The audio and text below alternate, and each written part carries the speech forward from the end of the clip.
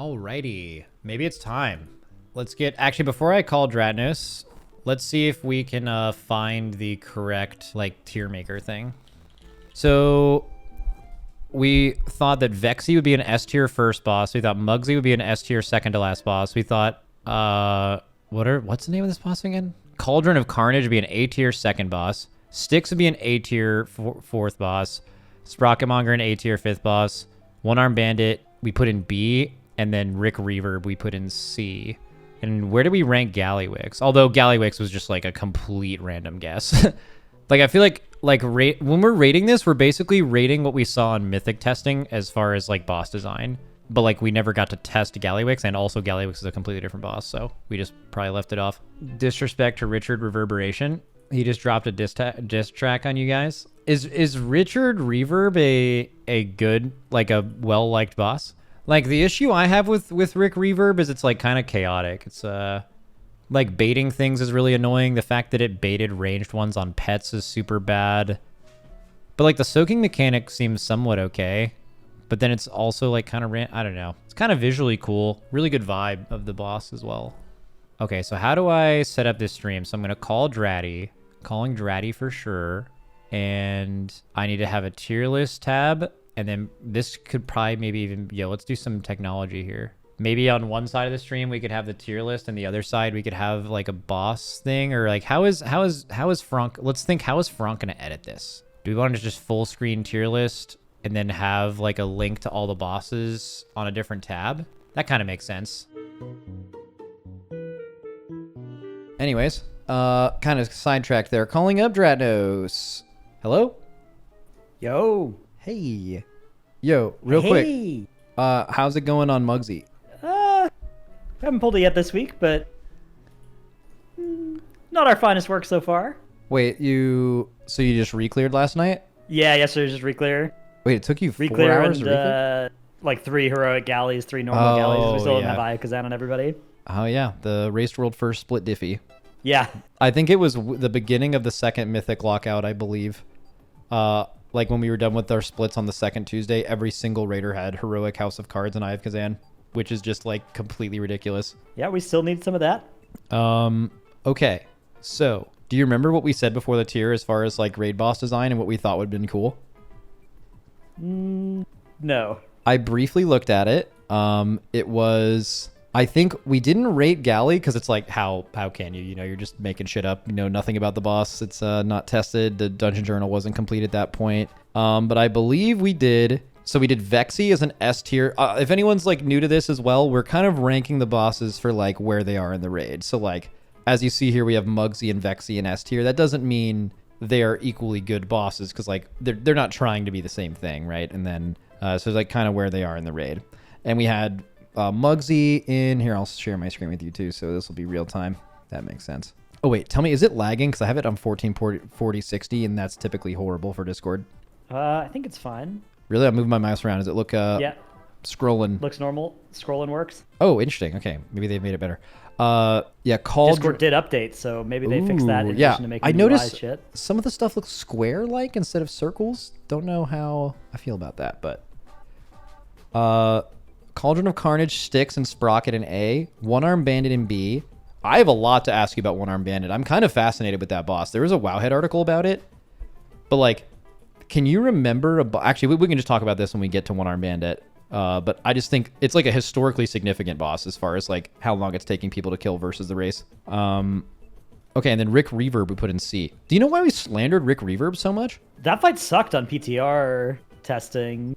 Does it not? Like it was super cringe and buggy on testing.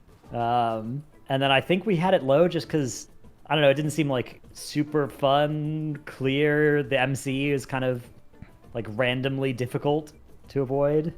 Oh yeah, that was less of a thing. Okay, cool. All right, you ready to get started? Yeah. All right, so I have all of them completely unranked. Just a typical tier list, S through D. Let's start with Vexie. Oh, wrong boss. Or I was already playing. So we ranked this as S just because what? It's like a car. When it pulls, it kind of skirts around and kills people, and you just kill dudes on motorcycles and then shoot them into the boss. I don't know. Okay, we do this, right? Like, what first bosses in your memory are aesthetically as cool or better or were just better and more enjoyable first boss experiences? Yeah, it's hard to say. Like, I think this is definitely up there. It's got, it's got like one important mechanic that you have to do or you're going to wipe, and then a bunch of unimportant mechanics that are fine. It's got like a little bit of mythic, healing requirement where if you come in as a, you might get reality checked that you can't do mythic maybe, but it's very easy compared to all the other bosses in the tier, which is good. I think it compares very favorably. Like, I think that in terms of first bosses I'm like excited to do, this one is up there with, I don't know, like Gnarl Root was another really good one, I think, where it was like very just, similar, fun to zone in and do the first boss, right? That seems to be like their archetype now for first bosses. It seems like they do this like kind of easy boss with like a little gimmick intermission and a damage amp. That seems to be like their go-to. That's been Aranog, that's been this, that's been like kind of like Shriekwing, but without that one didn't. Wait, did Shriekwing have a damage amp? I don't think it did. It had like an immune phase, which is also the Ulgrax model. Yeah, and that's like kind of like a. I hate those ones. Yeah, actually, Shriekwing I kind of liked because it was just a cool fight, but yeah, damage amps are just kind of nice. Damage amps are just kind of nice. This one, the gimmick here is instead of like Gnarl Root where you're burning a bunch of plants, the gimmick here is like there's ads coming in that have to be like Mythic plus CC'd, some like hard CC on some Mythic ad that just never ends up making it to melee anyway. Also, kind of funny. I always get a kick out of when it ends and like the last set of ads are coming in. If they can't repair the boss, they just blow themselves up. Like some job's done kind of shit. Yeah. Love that. The oil mechanic is simple. Like if you get too much of it, you can just like clear it with fire, I guess. But it is kind of just like all over the place, baiting the mobs on the wall. You kind of just, you don't utilize the entire room. I don't know if that matters. I don't know if this is very complicated, but I would just like, is it like, what's the argument that this isn't just like a great first boss? Is there one? Just seems like it's really good. Yeah, I don't know. I mean, I think there's people who don't like it, but really? I don't think you can really expect better for a first boss. Yeah, banger. And the theme, it's like, banger, yeah. I think the early boss in this raid really nailed it on theme because our like apparel that we made was like heavily themed after Cauldron of Carnage and Vexie, which are like otherwise irrelevant fights, but they're just like really, really cool looking things. So I think they're cool. I would put it in S tier. I don't know if you agree with that. Yeah, I like S for Vexie. Again, it's compared to other first bosses, right? So definitely. And maybe just something in general. They've just done really well on the first bosses for a while. And maybe another argument is like it's hard for them to do first bosses wrong, but they just definitely have done that in the past. I guess what is a bad first boss? I think Ulgrax like? Was pretty wrong. Like I did not enjoy doing Ulgrax on Rik Reverb at all. You're just there like waiting for him to finish his stupid ass charges and then gather all these ads up and. I mean, any first. So I didn't like that one. Any first boss where the ads are the focus seems to be a like that doesn't hit. I think if they're like supplementary or just like really shitty ads, it seems like it's fine. Also, we randomly almost wiped on this boss because we wiped to this boss. We almost wiped to this boss every single time. There was a last week's reclear. We one shot everything except for Vexie. It was crazy. Yeah. Oh, you guys actually did wipe it. Yeah, no, it's like if you just get behind on the bikes, you just the boss just kills you. Or you like dunk some through some oil and it despawns the bike, which is kind of buggy. It sometimes works and sometimes doesn't. There's also that spot that you can bait all of them into, which is kind of funny, but I don't think it matters. I should say we are rating these on Mythic as well. There's a Mythic list, so Mythic there purely. are some bosses Yep. that really is important for, like Sepulcher. Crucible or Sepulcher first boss, right? Sepulcher first boss was awful on the lower difficulties and like fine on Mythic because you could just hit the boss right away on Mythic, which is nice. Yeah.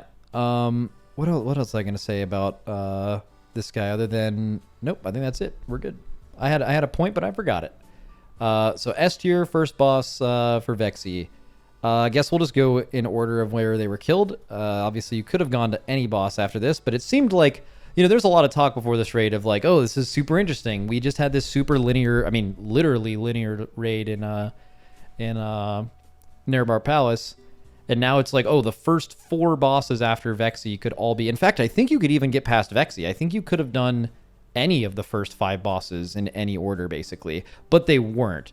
Like they were very clearly. Like they had a difficulty curve in an intended one. I think that was more just because like the layout of the zone really did not make it linear.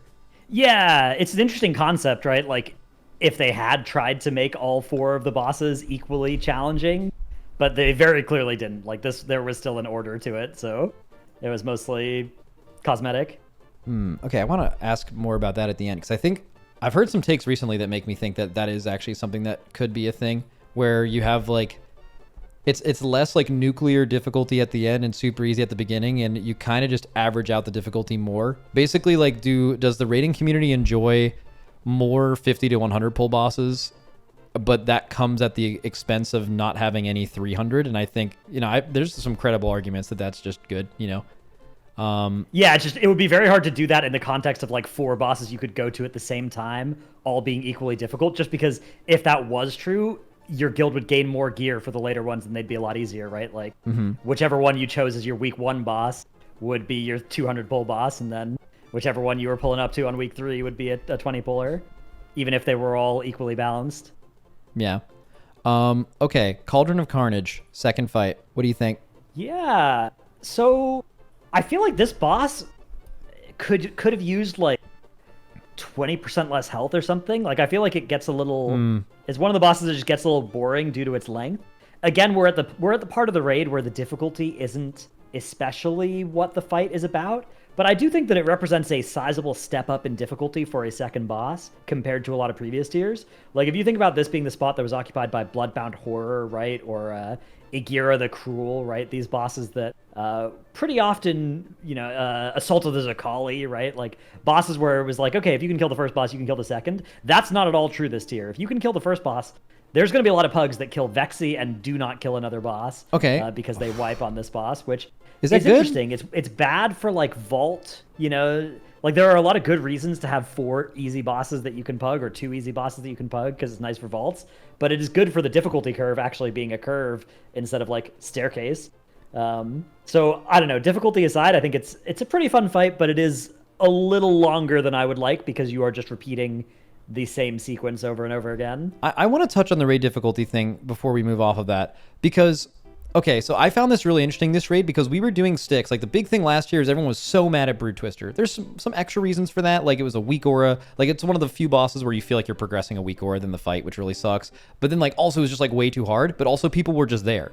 So, they mentioned this in a lot of Blizzard interviews. We talked about this a lot where, that's, like, part of the issue of the bosses being too hard at that point in the raid is you actually get there. So Stix was even harder than Brood Twister and was one boss earlier. And I was like, I remember making a take, like, after we killed it as well. We killed it, I'm like, yeah, that's just, like, way too hard for a 4th boss, which I thought would be, like, a pretty unassailable take. Like, that just seems true. And then I remember getting a lot of people mad at me for it, because they're like, what do you mean? You're in the race. Bosses are supposed to be hard. You want easy bosses? And I'm like, I'm talking about for everybody else, man. Like, I'm cool with hard bosses, right? But, like, basically people weren't at Stix. Dude, if people were at Stix the same level they were at Brood Twister in the first raid, people would have been so mad. So mad. But they weren't. Because Rik Reverb was a decent step up from this, and this was a decent step up from Vexie. So it kind of proved their point of, like, not to say the bosses like that should be that hard, but, like, if I would have said Brood Twister is way too hard, 100% approval rating, everyone's like, you're exactly right. Right? And then, but in this raid, I said, like, Stix is too hard, and people weren't actually feeling that because they weren't there. And yeah. that and I they just had the find correct fascinating. take that, like, Stix should be harder than Rashanan. And it turns out they nerfed Stix into the ground, and it's still harder than Rashanan, and now it's in a good spot, right? And, like, they didn't know that because they weren't fighting it, like you said. Yeah. I mean, I think that there's just a tension between a good difficulty curve for progression rating and a nice couple of easy bosses at the front for people getting a nice easy box, and for, like, non-cutting edge guilds to still have something they can do that's kind of fun and mythic. And I don't know how to solve that tension besides just adding more bosses to the raid. Well, that are easy gimmies at the start of the raid. Yeah, exactly. Like having more bosses than 8, but that is purely just to add easy ones at the beginning for but like the thing is like Blizzard, the tension is between good progression for mythic raiding guilds and pugging, but I think Blizzard has kind of shown their hand as far as what they care about that with, right? Because they like the fact that the mythic lockout operates the way it does, and even in some interviews answering questions about it, shows that they actually do not value mythic pugging. They want mythic to be something that is able to be done with like a coordinated group. They want to force you into communicating as a group rather than oh, did my music just randomly? What the fuck? Oh, that was weird. Sorry. They want to force you into like being in a group, just like a lot of WoW elements since it came out have wanted you to communicate and interact with people. That's the point of the game. So until as nice as it was for like the first 4 bosses being a vault last raid, you can kind of admit, like, you're going to see that Blizzard's not really going to do anything about that. Right. Until they make other efforts to show that pugging is something they actually care about. Like, right now, I think it's purely the game is not designed for you to pug Mythic basically at all. Yeah, which is, I get it, and I think progression is more important. It's just like, I really enjoyed the patches like last patch, or it was Vault of the Incarnates where like 2 out of 8s were super lucrative because you could get the very rares from Aranog and Primal Council, and like also a Vault slot, and the Vault slot could have very rares in it, and I remember doing so many Mythic pugs in those patches and having a pretty good time with it. But yeah, I do think that the mid-tier Mythic raiding guilds should correctly be a higher prio. I just do think Blizzard could have both if we did just go up to a couple more bosses that were kind of easy, and then like this boss is probably an appropriate maybe 3rd or 4th Mythic boss difficulty where it's actually kind of tough, right? Like you can very easily wipe this boss. The numbers check on it is a lot more substantial than on Vexie. It's, you know, up there with like Heroic Gallywix now, which I think is a good place for that sort of difficulty to be. I think there's one thing, not to say that this would be S tier without it, but there's one thing immediately disqualifying from this boss being an S tier fight, and that is that the version of this boss where it's in quotes in rage is minutes earlier, but they have significantly less HP. Like basically the boss design is you rotate on each boss like twice rather than more than that, or something like that. Like that version of the boss is just more enjoyable. The boss isn't interesting enough for you to want to do it as many times as the fight is forcing you into because of its HP. So that is something that's easily solvable via design. I think they just missed on that. I think otherwise though, very easy to understand. Good use of the new swirlies. Everything on the fight except for the intermission is very visually clear, and then the intermission is kind of the pinnacle of not being visually clear, you know, like it's everything is like really all over the place. The animations are insane, but also I kind of like that Blizzard didn't back down from that. Like they got a ton of feedback from PTR of like, this is insane, like no one can see anything. If you're like under the boss, like your screen is just going absolutely crazy, and new swirlies help a lot. But like I think this is when people think about Liberation of Undermine many years from now, I think like the first image that's going to pop into their head actually is this. It is this intermission of the second boss, because visually it just kind of looks really sick, you know? Yeah.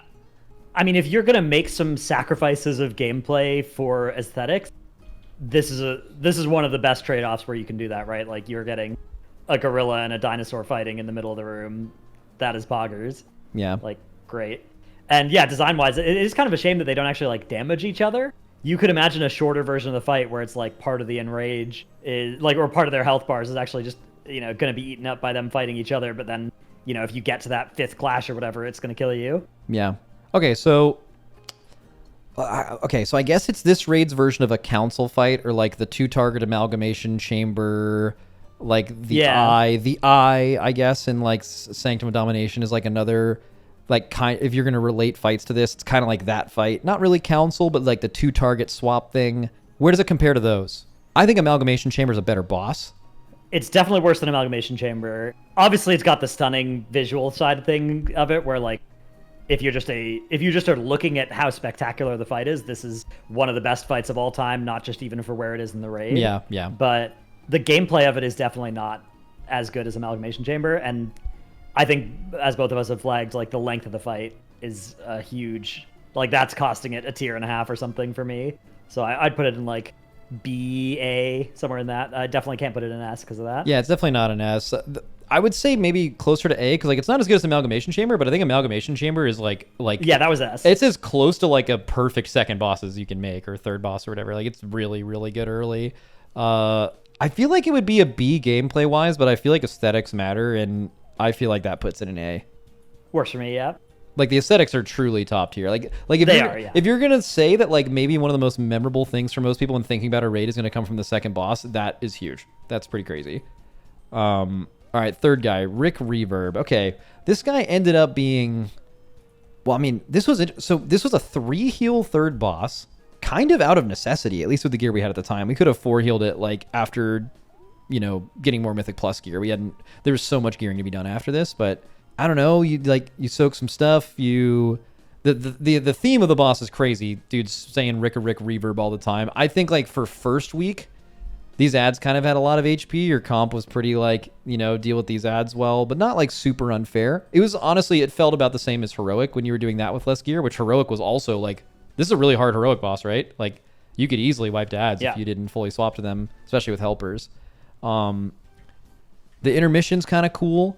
I can't really compare Rik to a lot of bosses though.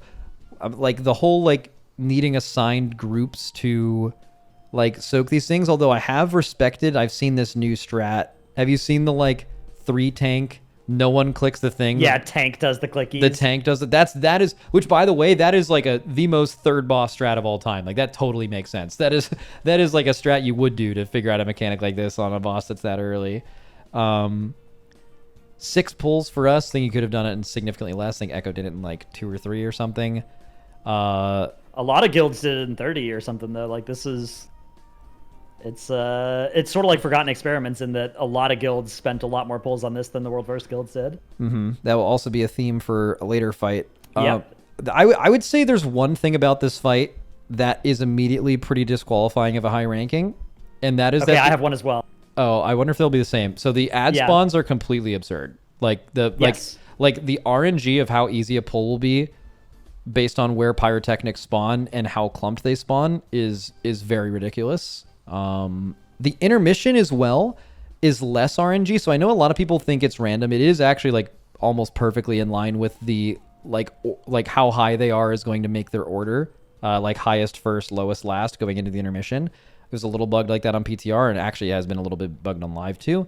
But like you can kind of have the same ones blow up with proper like coordination, but it is like way more coordination than you'd expect for a third boss, which I find that to be kind of inconsistent. Like if you did this fight as a normal guild and every single time after the first intermission, I'll just make this up, but always Star was the one that remained, I think this fight would be a lot better designed. But I don't actually know if that's possible because we literally tried to do that and sometimes it would just pick another one at the end, even though that one went into the phase with less energy. So, I don't know. I think that is really annoying. What's your disqualifying thing? Yeah, mine is just barrel ad spawn positioning being variable and being important is super cringe. You could get them stacked up nice and like, look at this. under the boss. Look at this. You get 2 in Narnia. Like 2 of them, we spawned on the wall for this exact reason. So you do get better spawns near walls. In fact, the best spawns you can get is in corners. But like having it there for the rest of the fight was really annoying. But like this is just illegal. Like 2 really far ads like this, you lose so much boss damage. Ungrippable. That could have been a DK utility situation, but they didn't do that.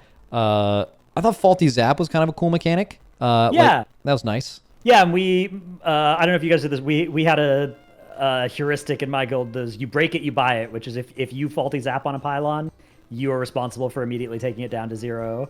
Ooh, right that's away, actually really and smart. Then, like later on, other people would come in with the assignments. Yeah, so I'm more of a fan of this boss being the third boss. If it's like you have a tank doing a thing, I actually like your version of it as well, where like that is your thing you're responsible for. But like look at Shaxx, look at this weak aura we have for Rik. Now you don't need this, you could YOLO this, but I would just say that like needing or using a basically like Halandris bomb weak aura on. I know some people will hear that word and just immediately get triggered. I'm not saying this boss is hard as Halandris, but like needing a weak aura to kind of like assign groups and have like fixates and focus on or like focuses on certain amplifiers to soak them for consistency is like a lot to ask for a third boss. Kind of insane. I mean, it was way like compared to Sikran, like just way harder boss than Sikran. But I don't know how bad it is. Like so let me just go through this in my head. So is this an S tier boss? Absolutely not. Ads make it disqualified from S. But I also think it is disqualified from like ass. This boss isn't ass either. It's like what's a boss similar in difficulty that's like kind of early in the raid that is even close to this? It is really unique. I think maybe Forgotten Experiments is the closest difficulty analog for its placement in the raid. I kind of agree with that. I think Forgotten Experience is a little harder, by the way. Like just a little harder, but yeah, that was like a boss 4 for a lot of people, and this is a 3. So let me just go through this in my head. So I don't think it can be D because the aesthetic is just sick. So that puts it in C, bare minimum. And then I think it would at least lose some points somewhere from being S because the ad spawns are just atrocious. So it's somewhere in between A, B, and C, but it doesn't feel A to me. I think A would be... This fight has too many problems to be an A. So I think it's B unless, like, I don't know, unless you think it's C. I'm trying to think of any other annoying... I think this is another one like Cauldron of Carnage where like maybe if you were just judging this, if this was like training dummies and unnamed mechanics, you would give it a C, but the theme is enough to keep it up in B, yeah? Yeah, no, I would agree with that. I mean, yeah, it's the theme is sick. They definitely nailed it. It's like bass drop when you go into the intermission, the sound cloud and shit. Like they were cooking for sure, as they did with most things. Also, something we haven't really mentioned, but I love the gear, the names on the items for loot this tier. They just went all the way in, you know. Very cool. All right, let's go to Stix. So all right, so now we got to clarify, are we talking about the Race to World First versions of these fights? Are we talking about the post-nerf versions? Are we doing both? Like, think about what we did before. Like, when we judged Brood Twister last year, what did we do? Was it like... I think we took off points for how bad it was, but it was bad for longer than it should have been. Whereas Stix, I think you can make a pretty good argument, has gotten promptly nerfed. Okay, maybe sufficiently. Maybe another one's coming in a couple weeks, something. Maybe forgetting about nerfs for a second, like how hard the boss was. How do you think, like, do you think running around in the, like, doing the junk mechanic in general is a fun mechanic, is a good mechanic? Like, that is an enjoyable raid boss mechanic to be rolling around and have, like, get medium, get big, roll over these things, roll over this ad. What do you think? I like it, yeah. Unfortunately, I don't get to do it because I'm you're the non fight, so okay, that's interesting. I'm just sitting there, but I was doing it for Summon Progression, so, and I thought it was actually really fun to do that job, especially because I often had the like set that was in the wall with the crabs, and so it was genuinely quite hard, and rewarding to do well. But yeah, I mean, it's a weird mechanic because it's genuinely quite hard. It's not World of Warcraft, right? You're not pushing your buttons. It's like you're steering a slow turn radius vehicle. So there are people that are just not going to be as good at that, and it's very important. And you don't get it very often as well. And you could conceivably not get it for like 30 pulls, and then get it for 3 pulls in a row in the middle of progression. And just like, it's one of these bosses where your guild's progression experience here is going to be heavily based on like how much the people that are having the hardest time learning this mechanic get to practice it. Yep. And that you could just get very unlucky with that, and that sucks. Yeah, that is definitely a thing. I want to say they did a pretty good job with the junk mechanic, because like anytime people aren't playing their characters, like a bad version of this is like the ducks on Council of Dreams. Yeah. You're not rewarded for that in any way. You just feel like you were punished by getting picked. At least in this boss, when you hit the boss, you just do a shitload of damage. So like if you care about doing damn, right, outside of it is pretty nice. Now, if you're a log person, I think logs probably remove that damage, so then you just feel like you got unlucky. That's always a small thing, although I think a pretty small percentage of raiders are at that level of caring about that. I do think that when Details took this off of Details, I think that the approval rating of getting targeted probably went down by a ton. Yeah, people care way about chunk. Yeah, most players care way more about Details than they do looking at logs. If they're just like at the end of the boss, you just like see the damage, move on to the next one kind of thing.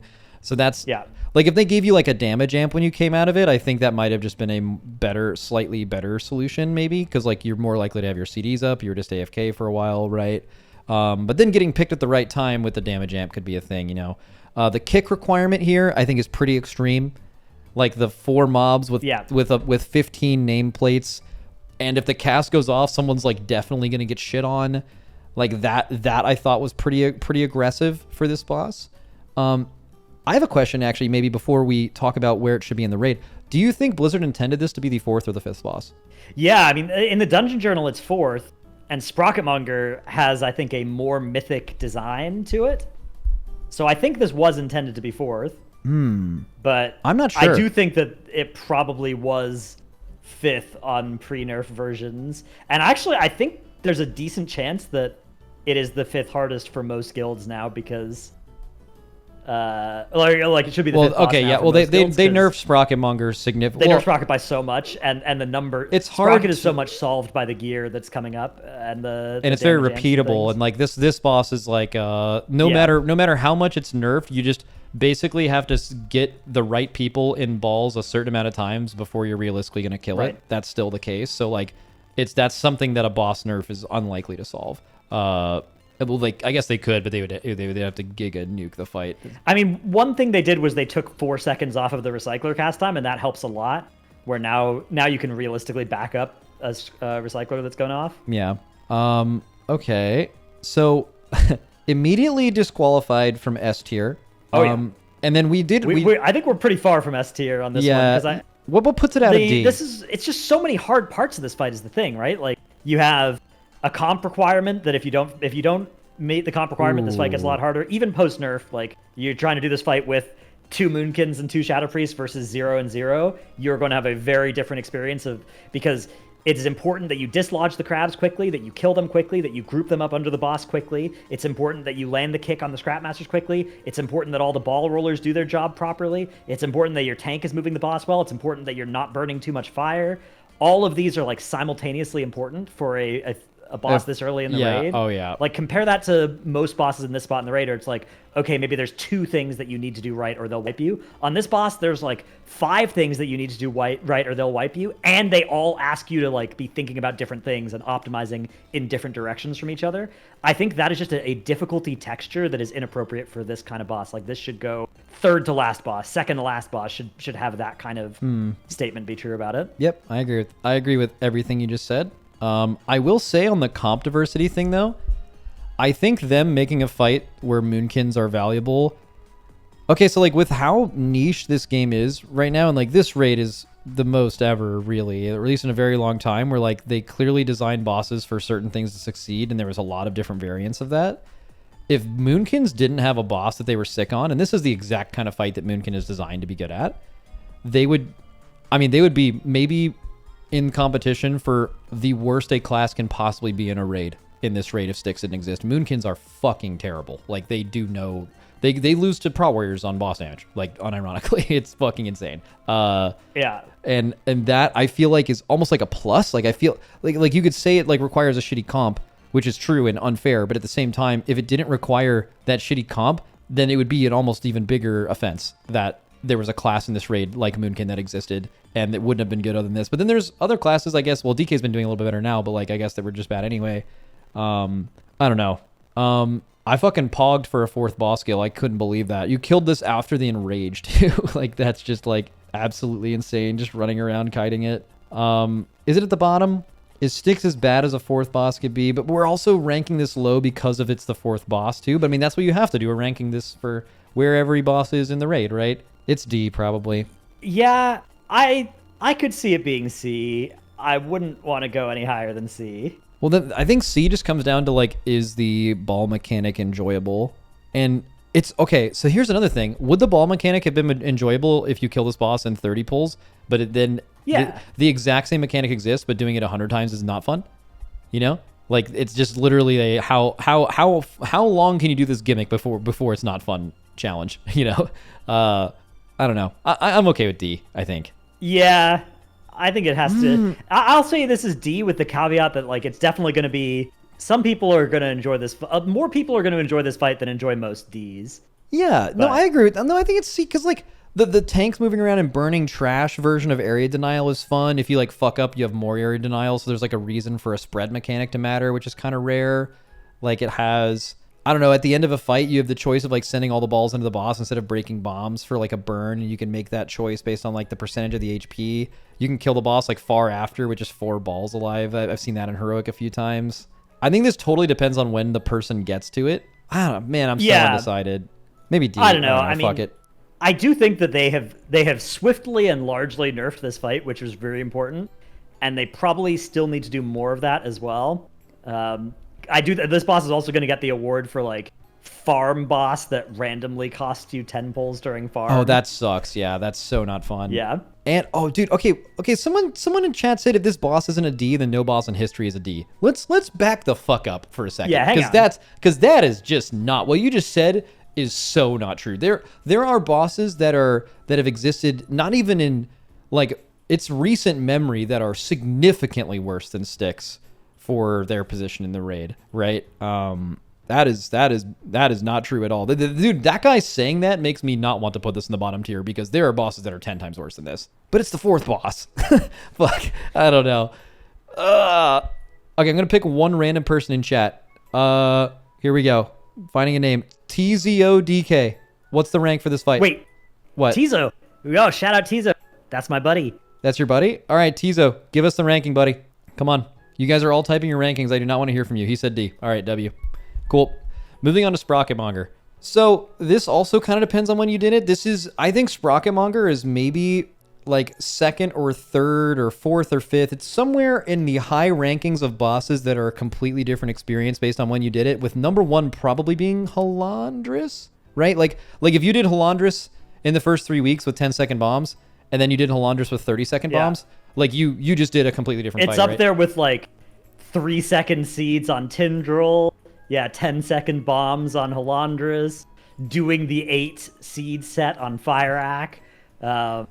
Anduin before it got nerfed 700 times, right? Like, this is one of those bosses that was just a fundamentally different experience for those of us that killed it in the first 2 weeks, which is not a lot of people. Well, okay, I would almost even say that that could even buff its value, though. Like, I think this is an example of them having a boss's intended difficulty for the people that want it to be that hard and then nerfing it at a pretty correct time for everyone else. So, like, I think most people, when they get to Sprocketmonger, say this is going to be an S tier fight, because it's kind of fun to do, it's repeatable, it's easy to learn, it's not always the same every pull, your polarity will be different, which mine you're soaking will be different, all of those things. But, like, you're going to kill it before it gets super, super annoying. And I think if people did the Race World first version of this, of like having to do all of the last phase, even though gear would have nerfed some of that, I think it would feel unfair. Like the old ball mechanic in the last phase, genuinely insane. Like super, super fucking hard. Like almost exponential difficulty increase, honestly. And like, it's kind of rare for that to happen. Like in the race, the first 2 phases difficulty, I'm just going to make this up, are like a 6 out of 10 for a mythic boss. Now, obviously, a 5th mythic boss, for example, probably isn't supposed to get to a 10 out of 10, right? But like the last phase is like a 9 out of 10 when you're just in that phase. Straight up. Like the last phase is fucking crazy. The healing requirement, the like dodge requirement is it's like the players in these guilds are very good, right? And like it was very rare you'd get through a pull with no balls hit. Impossibly hard, right? So that much was like that. And so when did you kill this boss? We were the last guild to kill it pre-nerf. Okay, so you world 12th. So okay, well, what is your opinion of this boss then? Because I think you are probably like the perfect person to answer this, because I think someone after the nerfs is gonna have a totally different take. But you were like, you still did it in the like really difficult we did version. the whole fight, like all 3 sets of balls. Yeah, I mean, it's one of those fights where you're doing it and you just know like this is a crazy level of difficulty. I think there's a strong argument that this is harder than everything except for like P2 Muggsy in the rest of the raid. Okay. Which is crazy for that spot. But again, they nerfed it quickly. And I think the crucial difference with this and Stix, like Stix is still the same fight after it's been nerfed, in the sense of like the same stuff is still hard. It's just less hard, right? Whereas with Sprocketmonger, the difficulty of the fight has completely shifted post-nerf, and it is no longer a fight about surviving these 3 absolutely nuclear difficulty Void Orb sections, and it's now a fight about killing the boss before you have to deal with at least 2 of those 3. Yeah. Which is weird. I don't think that's a good design for a boss, I will say. Like, you've just got a boss in the raid, and it's like, yeah, there's this, really hard end bit, but you just skip that, right? Like, that sounds like a deep farm end boss type thing, where it's like, okay, we are 4 months into the tier, so our strategy for Ansurek is to skip, the last 2 actions. Yeah, but it was in week 3. Right. Right, exactly. So like week 3, they took this part out of the fight. Did that do good things for its difficulty and make it appropriate for where it is in the tier? Sure, but also like just like a fundamental part of the design of the fight is not there now. Yeah. So I'm conflicted on that, because I think it'll be pretty fun. I think most people doing this fight, it's sandwiched between 2 bosses. I think they're going to have a lot less fun progressing. Like, I think this is going to be a fun boss to prog, and it probably won't overstay its welcome for many guilds either. It's probably not going to be one of those bosses where you're still pulling it past the point of feeling like you're having a good time or like learning. I'm sure there will be some guilds where that's true, but I think it's going to do pretty well by that metric. So I think people are going to enjoy doing it. But I will say I'm very glad to have gotten the chance to do the pre-nerf version. Like, that was a really fun fight. It was, I think, definitely cool. A couple of individual things I want to point out about this fight. So number one, I think the polarization mechanic, the Silk and Court mechanic, was done really well and really fair for a 5th boss, right? I think that is, the whole red, blue, and swapping is not hard to understand. And it was not super punishing if you... Actually, I don't know. It was pretty fucking punishing. I was about to say, actually, I was about to say it's like not as punishing as Silken Court, but like in Silken Court, you basically wiped if any two people touched each other. That's kind of true on this fight too, right? Well, like, it depended on the context. Like there were a lot of cases where two people could like be out of the raid and run into each other, and it was fine. But yeah, like if you had we called them a bowling ball incident where somebody just comes through the middle of the other team and gets a strike, right? Like that is a 100% of the time going to wipe you. That's going to wipe you, yeah. Situation, yeah.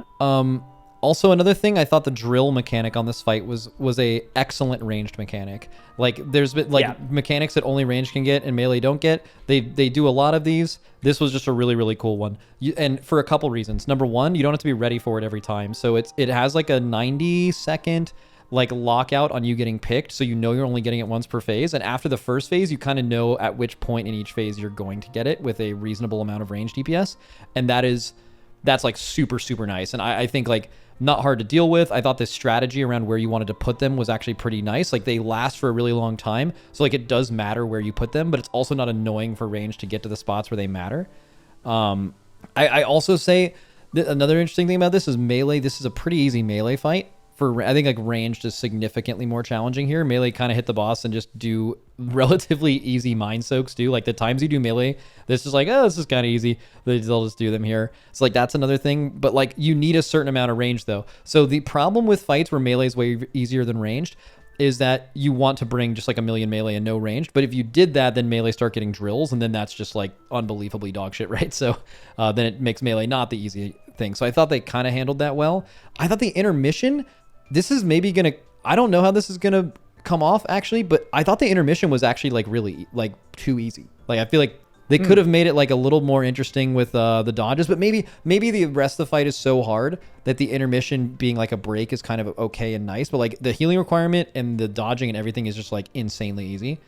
I thought maybe they could do some more with like the inventions there maybe. And how do you feel about the weak aura element of this? This is a fight where you could make the argument that like you kind of need a weak aura to kill this. It's actually pretty rare with WoW bosses. I think people make the argument a lot that like you need weak auras to kill a fight. Most of the time someone is saying that, they're making that up. But this is one of the times where I believe that is true. But at the same time, it's not a fight that is defined by progressing a weak aura. Like Brood Twister. Right. Like Brood Twister is a fight that you could not kill without a weak aura, but also the weak aura is the most frustrating thing about the fight. It's the same thing with Echo of Neltharion. This fight is very weak aura, like weak auras are like borderline required. Like having to calm the mind soaks would be so annoying and clutter and make the fight so much harder. But at the same time, the weak auras aren't frustrating. I don't know how you feel about that. Yeah, I mean, we never had any problems with weak auras on this fight where like the thing that is hard is getting assigned to do a weird soak that you're unfamiliar with, right? Mm-hmm. And that's like not a weak aura problem. That's those players kind of because it's the same people generally get assigned it, right? It's like, oh, our mages have to go far here, our priests have to go far here, right? Yeah, but then you can get a 1 in 100 pull where it's just it's so fucking weird that you have to have. But that's not like so much of a weak aura thing. That's just like a boss RNG thing. Yep. Like if you didn't have a weak aura, you'd be turbo fucked there because you'd be sending what you would be solving this without a weak aura is you'd be sending like 4 players there and you'd just be hoping you get one of each color, and then one pull you wouldn't, and you'd be like, oh, okay, GN, go next. Yeah, that's actually so I think it was when we were doing this on testing, we were calming it because we didn't have like a working weak aura for this on Mythic testing. So we were just calming the mind soaks. Also to like have an exact soak is really hard because you don't know when they're going to spawn on Mythic, right? But like on testing. But we were calming it, and I was trying to get the same people included every time. And by doing that, we actually had a testing poll where due to pure RNG, the boss did not bug out at all. We actually just had 0 people eligible to soak one on the... Oh, there was also an extra mindset in Mythic, so that's probably why that was the case. So I think there was 4 in that instead of 3. Exactly. There were 3 on Heroic instead of 2, so Heroic was pre-Mythic. Yeah, exactly. So you could have... On Mythic testing, you basically could literally wipe to RNG. Like the last polarization of the fight could leave you with less than 2 people and 2 minds to soak, which could only be... I mean, actually, I'm pretty sure you just wiped to that. No one can soak it without blowing it up. Yeah, they could have made code to make that not possible by just having the polarization always give at least 2 people that are not debuffed. That sounds like something that is infinitely harder to figure out than just removing a mindset, which is exactly what they did. That's right. So that is probably how they did it. Okay, so anyways, enough Sprocketmonger yapping. I think... Okay, so if difficulty, is this boss in its initial form too hard for a 5th boss? The answer to that is definitely yes. Like, Yeah. like for example, people said Brute Twister's too hard, right? That was a big thing. This boss, way harder than Brute Twister. Like, infinitely harder than Brute Twister. So, if you're going to make that argument about Brute Twister, you'd have to make it here. Same spot in the raid and everything. That being said, I don't know how much that mattered because there wasn't Ration in this tier. So people, like, dude, if the first 4 bosses of this raid were Nerebar Palace and then you got to Sprocketmonger, people would be cursing this boss's name. That's all I'm saying. So that is a thing that matters to people. I enjoyed this fight. You enjoyed this fight, killing it pre-nerf. I think people killing it post-nerf. I'm interested to hear if people are kind of like uninterested. I think maybe even just progressing this boss to the last phase and killing it isn't going to be something you dislike. Yeah, So, I think people are gonna. I think genuinely, most guilds are gonna reach this boss at the perfect time for them, and it's gonna be a fun experience for everybody. So, I think it does really well. Which is again is weird because so weird. Design-wise, it's like it very clearly missed on how hard it was supposed to be and like what the difficulty of the fight is supposed to be. Where it's like the void stuff was way too hard in the first few weeks and it's now not enough of the difficulty now because you just skip it. But like, yeah, it's good. They got there in the end, even though it was kind of a circuitous path to the boss being great. Okay, so if we end up putting this in S, is that more of an indictment on how easy the first 4 bosses were in Nerebar Palace? Or is it an indictment on how bad Brood Twister was to play for most people? Because like, I'm trying to do this in my head. If you put Sprocketmonger as the 5th boss in place of Brood Twister last raid, I just know for an absolute fact that people are not typing S in the chat right now. You know, so like, yeah, I mean, it's both, right? Like the difficulty and how it's difficult, right? Like why it's difficult. Both are really yeah. important. Brood Twister is a worse boss than Sprocketmonger, right? But that is not purely how people rate. They rate them based on their experiences, and the experience those people would have had on Sprocketmonger with the first 4 bosses being as easy as those 4 in Nerebar Palace would have been completely unfair. I'm on this boss at the same time as Liquid. Why is this happening, right? So even if the boss is like really well tuned, a lot of the friction and stress from that comes from the fact that you are doing a boss that is too hard for you and you're wasting your time. That is while Brood Twister sucked, that was the main problem with Brood Twister. Yeah. So, but this didn't have that because, and we can't raid these bosses in a vacuum, right? Like it's impossible to ignore the fact that if you reach a boss too early, it's bad. If you reach a boss too late, it's also bad, right? Like those matter for how a boss is. They exist in the context of what's around them. Yeah, no, you're right. So I mean, I think we could put it in S, but then it's weird because you'd have to just like in your mind rate Vexie, Cauldron of Carnage, and everything a little higher because that's the only reason this is an S. But that's just kind of fascinating. Do you think S? Yeah, I think so. I think this is a great boss. Yeah. Also, I think this is one of the ones that you're going to look back and be like, yeah, that was banger. The name fucking hits too. Crazy ass name. All right, on to the one-armed bandit. So this boss is fascinating to me. I looked at this earlier in the stream. We had to come up with the strat for this, which is always going to take a few more pulls on any boss, or potentially a lot. And we killed this in 59 pulls. And for the last 30 of those, I wanted to die in real life. I was very mad that it did not die. Echo took, I think, a few more pulls than we did. And they also spent some pulls at the end of week 1 figuring out this. So their pull count was also inflated by like figuring the boss out. Okay. And then usually when bosses like that exist, especially bosses like this that are so massively nerfed by... Oh, 1 second.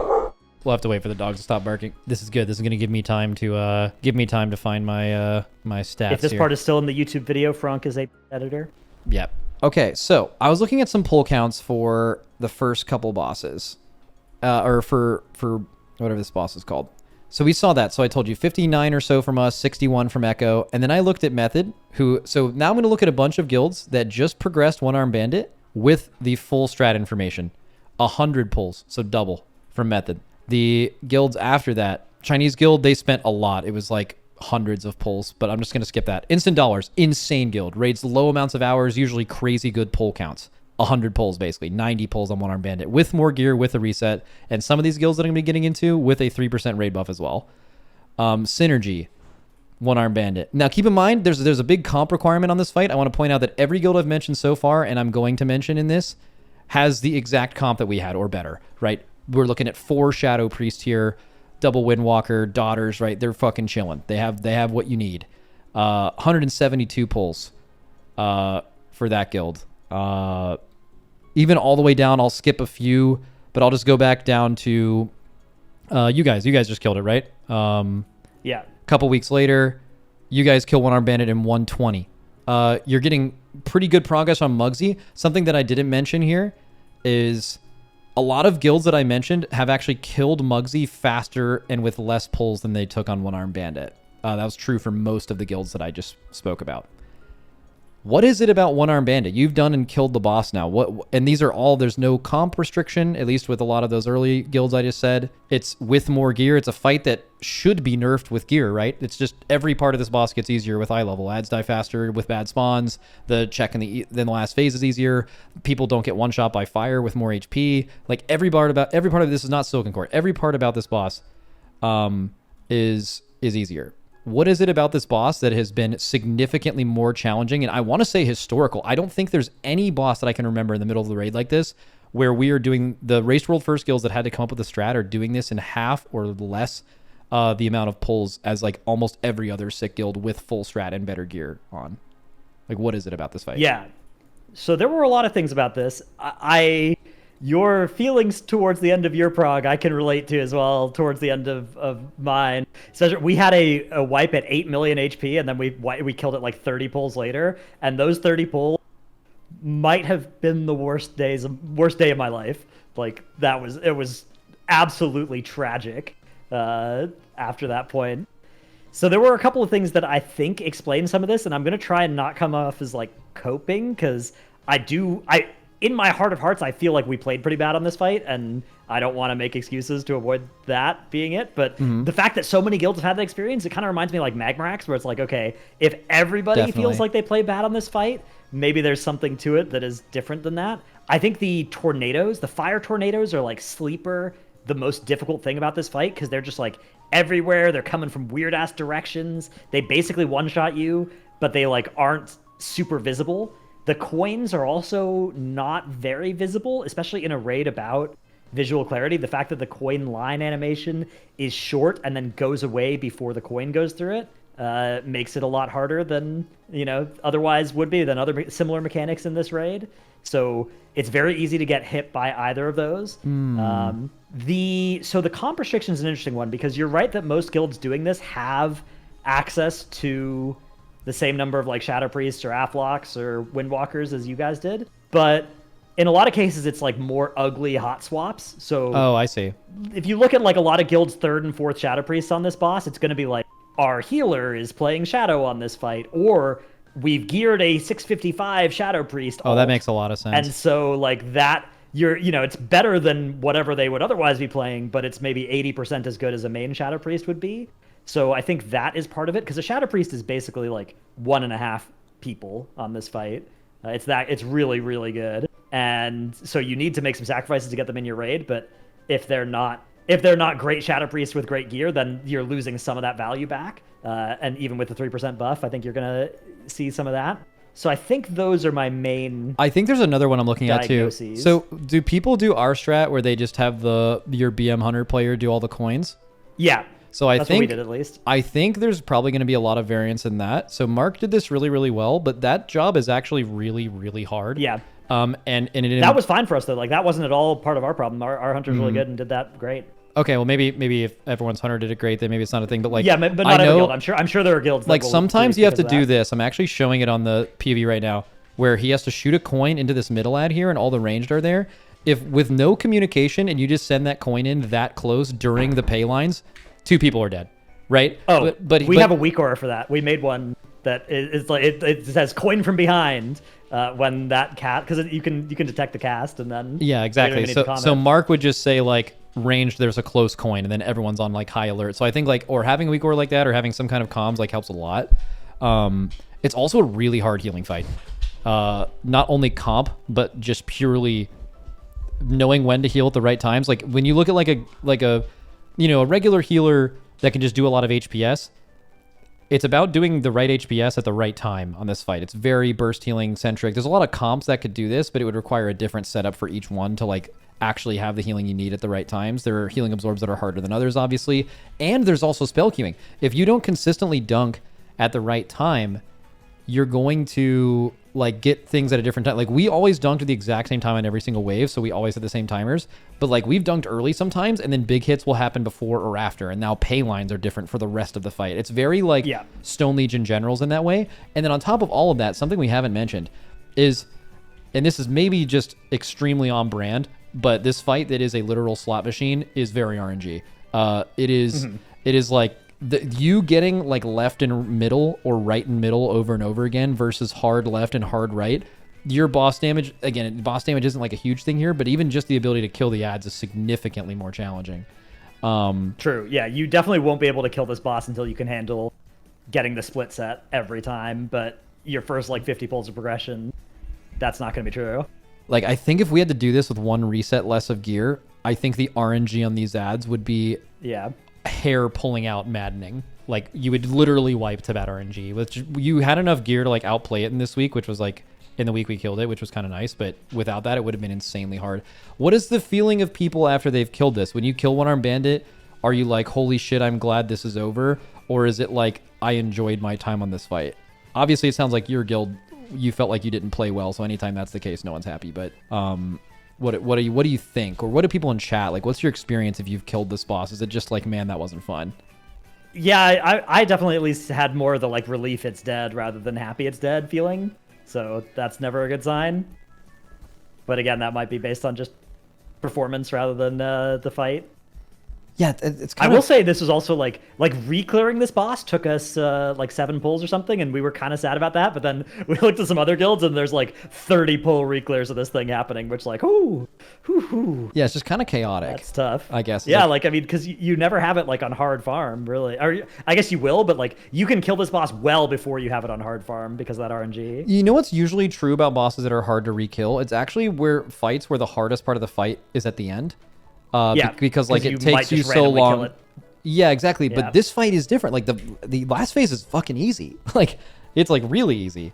So it's almost like if you get to the last phase, you're chilling. But just getting to the last phase is the hard part. Also, this historic dot class requirement. The last boss that I can remember that stacked dot classes like this was in BFA, and that was when that was normal. And BFA was normal. There was a boss every tier in BFA where it was like, oh, this is the dot class fight. That has not been the case for many years.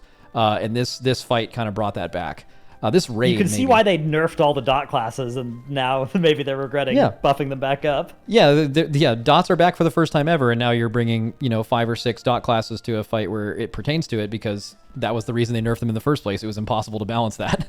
But yeah, this is I don't know. I think okay. So there's some parts of the fight that we're kind of looking over here, as far as like talking about its quality, which again, very much like Lihivam and Gallywix when we talk about it, this is something that maybe only like literally me or Echo had fun doing, but like there's a lot of potential options on this fight that are really interesting. Doing things at different times, doing different orders, getting mechanics. It's a build a boss, right? You can do everything when you want it.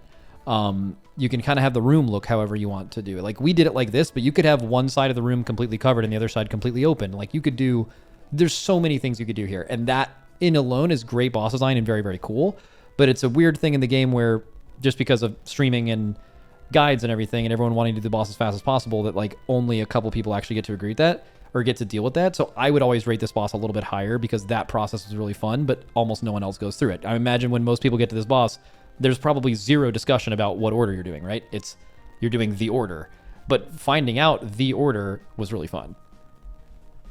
Yeah, to some extent, there's some like learning why you're doing that order that you get from Frog, where it's like you make a mistake and you realize like, oh, that's why they do that. Yeah. Also, there's another thing. This might be a thing that would remove this thing's ranking in farm, but at least this is what happened to us on testing, and I believe happened to us in our reclear. If you push the boss before the 6th set and you don't get the shock and flame pillar, it just like puts it in the middle of the room in the last phase. So like the last phase becomes nuclear hard because you're just doing it right next to the fire thing. You have to deal with them going in and out right next to you. Where we place it here, do you see these? These are coming from the fire pillar. They don't even get to the raid. The mechanic's completely removed from the encounter, right? But then when you have to start dodging not only fire in general, but double the amount because it will return, the margin for error in the phase goes, it's way harder, right? What are your thoughts? Where are you at? You just killed this guy. Yeah. I don't... So, question for chat. Has anyone killed this boss and been happy about it? Has anyone killed this boss and was like, wow, we owned One-Armed Bandit. This was great. Moving on to Muggsy. I feel like everyone had the Magma Axe thing. Like, everyone got like low on this boss and you're like, okay, it's dead now. We know how the fight works. And then it just takes forever to kill it and you want to die. Like, that seems to be consistent across basically every class. Or every kill. Sorry I cut you off there. Continue. No. It's a great question. Like, I feel like it's going to be a very common, unsatisfying kill. I think this is a fight that needs some quality of life nerfs fast to avoid that fate. Because they could fix this. What are the nerfs? So the coin line visual is now long, like it goes its entire duration, and it stays there until the coin has rolled over it. So you see where the coin's going. The fire tornadoes should just get straight up nerfed. Probably like nerf it down to 4 that shoot out and just, left, right. Well, back, you have two forward. choices. You have two choices with fire. You either reduce the amount that's spawning, or you make it not lethal. Yeah, and then the ad spawn RNG should get absolutely destroyed as well. Like, they should just have set spawns for each ad. It's okay if if it makes it so that it's always a split set as well. If it but you know as it's long happening. as you know that's coming. Yeah, and then yeah. they don't do it for everyone. Like, they should just look at they should look at the strat that everybody's doing on it, and then they should make it so that that is like doable and maybe gives you 1 hard split set or 2, and then but it's like at a reliable time and you know when it's coming. I think something that a lot of guilds, I don't actually know this because I haven't progressed with a lot of other guilds on this or any other guilds like I have in the past, but you really want to kill the ads as fast as possible, even the ones that are not. It's like Withering Flames debuff does a ton of damage, and a lot of times what I'll see is like I'll watch a guild on this boss, they're gonna kick the cast halfway through. Yeah, you gotta kick late. It's cringe. Yeah, you gotta kick late because or else it'll get the Withering Flames off. And you also like want to hard burn. Like let's say this Flame Reel Assistant right here is not the one you're supposed to kill, but it's at 20%, it's just finished its cast and everyone's moving to the right side of the room. You should actually just like fully kill this middle ad if it's that low and broken. Just so you don't get a Withering Flame debuff. And you're having just with like a good setup, you're gonna stop damage at the end of this before P2 anyway. With the gear and the raid buff you have now. So you might as well just a little tip to everyone, just fully swap 2 assistants basically, including melee, because you just simply don't need the boss damage. And make sure you get as little Withering Flames cast as possible. It will skyrocket your progression to the last phase and your consistency. So it's barred from S tier, cannot be S tier. Too much RNG. I think it's barred from D tier because it's just a fucking slot machine and it's really cool. Had a lot of cool decisions to be made. It's somewhere in the A, C, and B range, or A, B, and C range. It doesn't feel like an A to me. It didn't have like the Race to World First Sludge Fist damage optimization. Really, no one actually. I mean, no one did that, right? Like, no one's gonna. This should be the difficulty on this fight should have been more loaded into phase 2, so that you actually got that like, oh my god, we're actually gonna kill it during the explosive jackpot feeling. Yeah, like you have on Muggsy. Yeah. Yeah.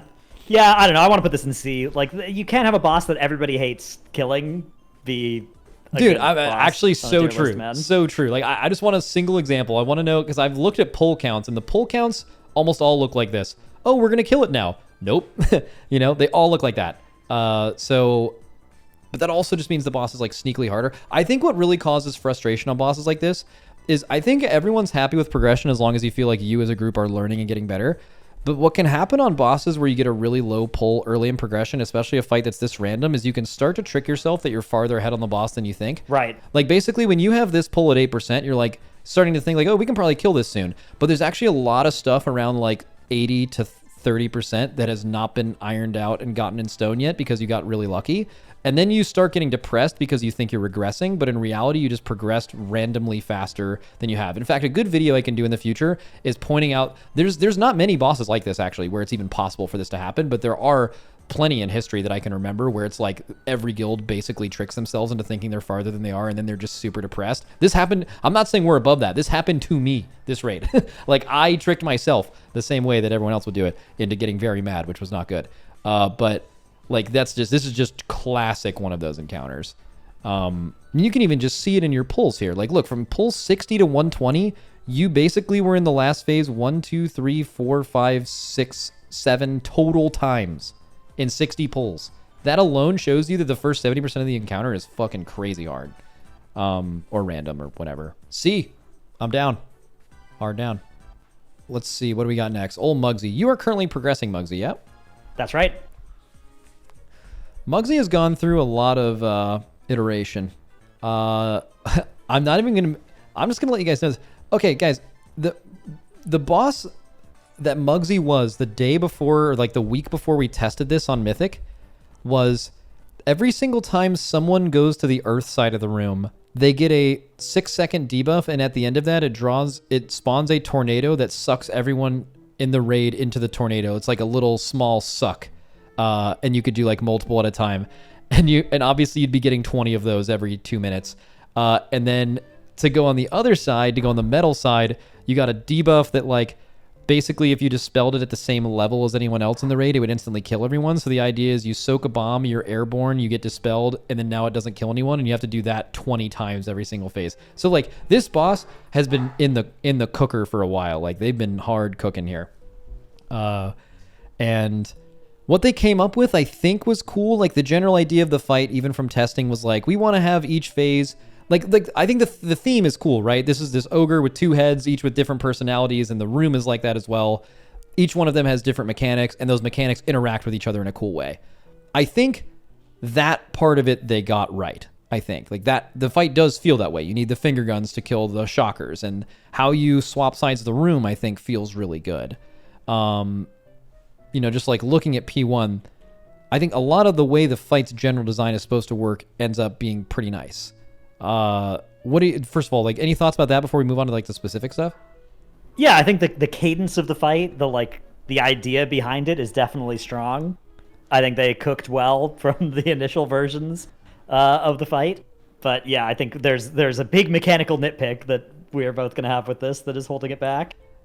So that's the jails. The jails are like the mine mechanic even is cool. We actually are going to see that right here on the POV, but like you get mines and you have to pop a certain amount. It's a huge burst healing requirement and a soak requirement while popping. This was really cool. You could have done this like a bunch of different ways. Like you could have like popped 2 at a time and like you could basically just like make the soaks as hard or easy as you wanted. And that was just like super fun, really good design. But the jails were just, how you could do these in PTR was you could cleave through basically anything. If you were a melee and you're on my mouse right here and you were to cast spinning crane kick, shockwave, thrash, arcane explosion, just any AoE or whatever, it would hit from here. Ignite would easily cleave with no weird blink shit. Warlocks could cleave with their tier set with UA through the walls. Basically everything was able to be cleaved, and you built your entire strat around doing that. Okay, well, going into Mythic, they tried to make it so nothing could cleave. You have to go inside. And then as you're seeing with this PV here, like how we got around that was doing some like clearly a bug thing with mages to like get some ignites out. But like other than that, you basically couldn't do any cleave. So we had to stack porting classes. The only way to break these as opposed to heroic is with the ice shards, which having to wait for those would be horrible for boss damage / really hard to repeat. And the only other way you can do it, and I think maybe this was their intention, was to keep one of these mines that we popped before. So these mines that we're popping right here, you want to keep 1 or 2 or 3 or 4 of them, I guess, depending on how many jails you have. And then you want to keep them rooted. And then once you get into the jail phase, you unroot them at exactly the right time, and you successfully kite them into the 3 jails to let people out. But like, you guys probably listening to that hopefully are coming to the conclusion of that's unbelievably fucking hard and like probably impossible to not die to. Like that's just the coordination requirement of that is just too hard. So yeah. Anytime, not to mention that would cause like swirlies behind the jails, which are almost impossible to catch whenever you have mines popping near walls. Yeah, and there'd also be like half the raid in jails that you couldn't even heal the mine debuff off of. I mean, you're just dead. Like it's just impossible. So it ended up being that you just had to run port classes. This could have been their. I mean, I maybe this was their intention. Like for the race world first, we'll require people to do this, and then nerf it hopefully quickly after to like make it so it does the thing in heroic where you no longer have this like comp requirement of specifically windwalkers and warlocks. I don't know. That part I think takes a lot away from this. What are you guys doing? Do you guys just have the comp for it? Yeah, we're playing triple mage and we're doing your ignite stuff. But do you even have enough? Do you have enough Demon Hunters, Windwalkers, and Warlocks to like do the last phase jails? Yeah, one small problem is they've nerfed Protection Warrior and Mistweaver DPS by a lot this week. So ooh, that we have makes a it new harder. strategy that we are cooking up for that. I mean, you could just do the Echo but... Strat. The Echo Strat, the Echo Strat that they did in progression, they send 9 DPS into the last jails, and we send 5. So if they nerf the healer and warrior, the last phase damage check is no longer a thing. So you would just do the Echo Strat for safety and get them done as fast as possible. It's also easier to heal. Yeah, and now you can get knocked out by the jailbreak, which doesn't really matter for the P1 jails, but wait, they did? It'll help that last phase. Yeah, they nerfed it so that you can. That's the only nerf they did to the fight is if you get hit by the jailbreak, it's 40% less damage, and it also breaks the walls now. Oh, I didn't see that. I was looking for that earlier. Okay. Yeah. That I don't think it changes much in P1 because it is kind of bad. Like if you get knocked out early and then you're an eligible target for the frost boots, it's kind of bad. Correct. To have that happen. Yeah. But for P2, it means that we can overload a little bit more in there and then just get knocked out rather than you don't even have to do like echo positioning to get out with the extra hot mess. Yeah, you would just send in every DPS, get through as fast as possible. That would also make it like less damage in there too. Okay, yeah, that makes sense.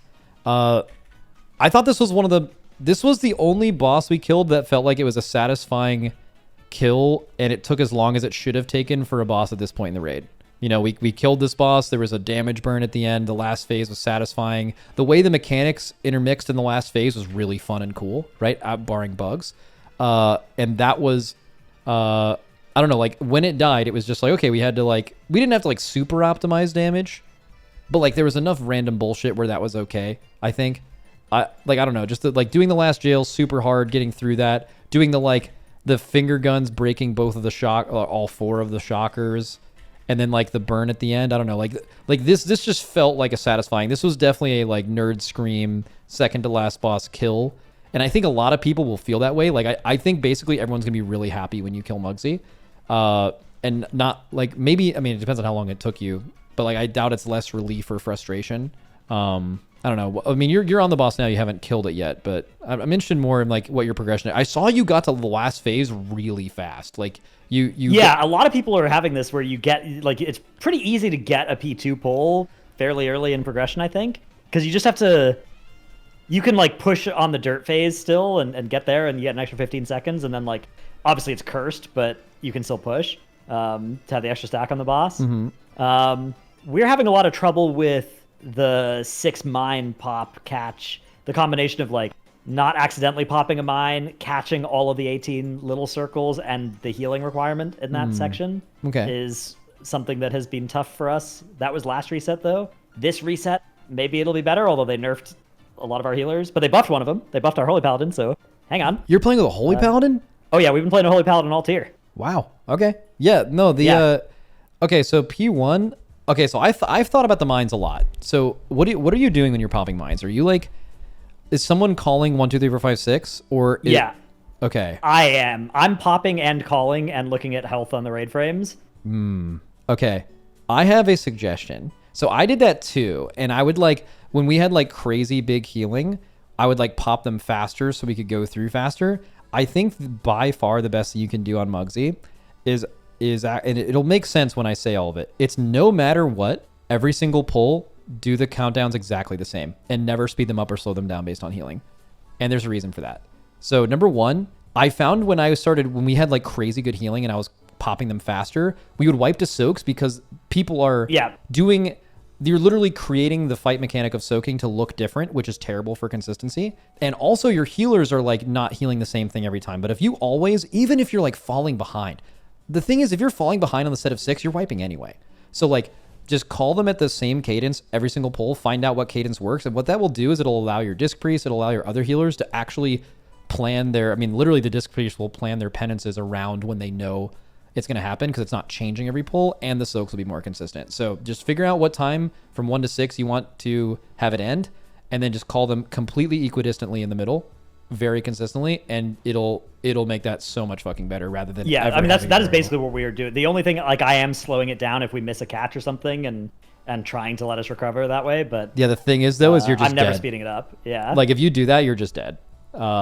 Which is, it's like, it's that hard of a mechanic. But also I think now that you're farther in progression, I think you have every single person in the raid health pot on. It depends on when your disc is ramping, but you should use health pot and healthstone, because I think not having healthstones in the last phase is difficult, but getting through that set of mines every single time will make you so much better at the last phase that you won't need them. That would be my solution. Literally hard assign health stones and health pots to whatever wave is the hardest for you to heal off. Yeah, we've changed a bunch of our healer stuff going into this week for it, so I think we're gonna try that first. W. And we're gonna Vantis this boss as well. That's the move. It is Wednesday. Oh, Vantis will help as well. Yeah. Okay. W. Muggsy, what do you think? Yeah, I mean, I'm enjoying it so far. It is. Let's think the second. jail. So think second this boss has to lose points for how bad the jail's mechanic is, right? Like, it's Yeah, a it can't cool be boss, S. but it's very much held back by the fact that it's heavily dependent on a strategy that is pretty comp based and pretty fiddly as well, of like getting out of the jails quickly. They've fixed it a little bit with making the jailbreak work like it does in Heroic, but it still doesn't fix the fundamental problem, because then you can still get the frost boots afterwards. So that and like cringy line of sight stuff with it, and the smoke bomb thing and the ignite stuff working the way that it does, all of that to me hurts this boss quite a lot. So I don't know, I definitely can't put it in an S. Yeah, it can't be an S. Also, just let's just think about it to like previous second to last bosses, right? Like I think Tendrill's a better boss. I think Silken Court's, man, it's hard to compare Silken Court to anything. It's just such a different boss than every other boss. But like I'd say Muggsy's probably better than Silken Court. Yeah, I would say it's better than Silken Court for sure. And then I'm like going back in time. Muggsy's better than Echo Neltharion, but that was also famously very flawed. Way better than Broodkeeper. Rygalon, they're trying to do two. Like Rygalon's infinitely more simple than this. Rygalon's also a fantastic boss, right? Like Rygalon's a turbo S tier fight, but man, I think Muggsy is S with better jails and no last phase bug. I think it can only potentially be A, because like also that bug still exists. The fact that oh my god, the mine bug. Yeah, we didn't even talk about that. The fact that the mine bug still exists is insane. Although I will say, like, I contradicted myself a bit. I don't know if you were on the broadcast for TL, but like basically I was like, they should fix the bug after we killed Muggsy. And I'm really glad they didn't, because like alternate history, we deal with the bug all night and then Echo doesn't, would just be so bullshit. I don't know. But at the same time, they probably should just fix all bugs. But I definitely like contradicted myself, because I was like, they should just fix all bugs, even if we already killed it. And then I actually afterwards don't feel that way at all. That would have really fucked us and been bad. Okay. I think A still. I don't think B. I don't think the bug in jails take it to B. It is a genuinely pretty fucking cool boss. When was the last time they did a like two sides of the room or two boss phases? Is there a boss really like this? Kurog Grim Totem. Yeah, Kurog, if Kurog had 4 heads instead of 2, like it is. I mean, yeah, Kurog is the only real comparison. Okay, are you okay with it? It's well executed. Although I will say they haven't yet figured out how to do one of these bosses where you like move it based on the boss doing a certain spell queue, and then you move it at different spots in the spell queue to like adjust whether it's doing the Mug ult or the Z ult or whatever. They just always do this thing where it's like you move it at max energy or right before, because then it like that's always the best way to handle it. Mm-hmm. Because Kurog had the potential to be one of those fights where you moved it like during its spell queue, so it would do the lightning ult or whatever instead of the earth one and those kind of things. But yeah, they still haven't figured out how to actually like design that fight. Yeah. Okay. Time for Big Galley. You have not done Galley yet, but you have watched it a fair amount. Yeah, we've done a lot of prep for it as well. I kind of want to hear your thoughts about Galley. I have some thoughts, but also like it's a boss we won on. It's also a boss that I'm going to rank higher than literally anyone else, because this boss was fucking insanely fun for me and for us, because we got to do a boss without a dungeon journal and fully figure it out. And that was, regardless of how long that took, we just had an extremely positive, really fucking fun experience on Gallywix. So I would need to, mix my ranking with whatever yours is going to be. But like, hopefully most people can understand that like we just objectively had a different experience with this boss than anyone else. And one other thing before passing it to you is this boss, very similar to One Arm Bandit. People kind of got baited by Race World first pull counts too. And I think there's also something else to mention where like there's so many different people that'll rank things for different reasons. A Race to World First guild might rank a boss totally differently than someone in the first month or at the end of the second month or late cutting edge. And there's also a Race to World First viewer that doesn't play the game that will rank a boss based on their viewing experience in the race. And that would differ totally from someone who at any point actually killed it themselves, you know? So like there's so many different perspectives that would widely vary. And then also there's just the tuning of it, right? And everything involved with that. But specifically pull count related, we did this in 100 having to fully figure out the fight. I feel very happy with our pull count on this. I feel like we turbo smurfed this boss. I think we fucking own this fight. Echo does it with full information and does it in sub 50 pulls, 49 pulls. And then I think everyone was just like, wow, this is like the easiest 10 boss ever. The kills after Echo are all, except for recently, are all like 100 plus, right? Even with full information, which for an end boss, absolutely still too easy. But also way different than a lot of people thinking people are just going to come in and kill this boss in 30 pulls. For everyone, right? So you've done a lot of prep for this boss. Give me your Gallywix thoughts. Yeah, I mean, it looks like a pretty fun boss to play. The mechanics seem like they're going to be kind of enjoyable to do. It doesn't seem like there's any overlaps that are going to require you to do it 20 times to actually be able to have everybody in the raid know how the hell to handle it, right? Like, you think about Ansurek P3, and it's like, oh my god, you have to do web blades into portal bait, into web blades, into take portal with essence, into drop essence in the right locations while spreading and leaving that spot for all the essence droppers to go. And like, you think about doing all that in the span of 15 seconds on Mythic Ansurek, that is like a crazy level of work and like skill that you'll need to build to handle that mechanical overlap. And Gallywix probably has at best like a few spots where there's two things kind of close to each other in the spell queue, right? But like otherwise you're kind of just doing each mechanic and then that's in P2 mostly. P1 is like the next one. I would say P1 is like feels like a mythic phase. Yeah. P1 feels like a mythic P1, right? Where it's like a lot of stuff is happening, but you still prog it pretty fast. And by virtue of it being a P1 as well, like you can just dump 50 pulls into P1 in a couple of hours, right? And then you got it figured out, and then the rest of the fight is very much like a slow-paced, understandable, not particularly punishing fight. Mm-hmm. I think it's going to be pretty fun for a lot of people to prog. Like, I think it's going to be a pretty enjoyable experience.